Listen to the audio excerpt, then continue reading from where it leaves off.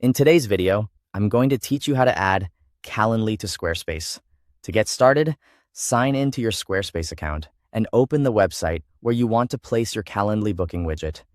It's a good idea to have the exact page in mind before you begin, so the setup feels quick and organized.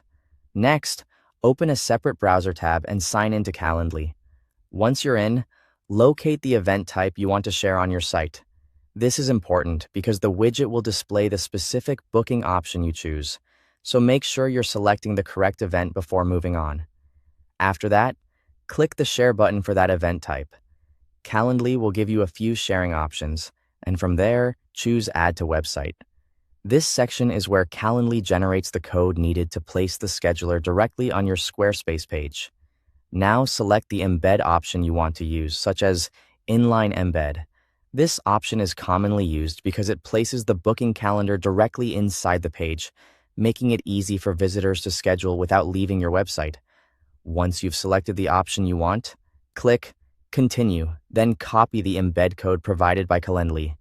With the code copied, go back to Squarespace and open the page where you want the booking widget to appear. Click Edit on that page so you can start adding content. Once you're in edit mode, click Add Block and choose the code block. This block allows you to paste custom embed code, which is exactly what Calendly provides. Paste the Calendly embed code into the code block carefully, making sure the full code is included and nothing is accidentally deleted. Then click Apply or Save to insert the code into the page. At this stage, you may or may not see the full live widget perfectly inside the editor, and that's normal. Many embedded tools display more accurately on the published version of the page.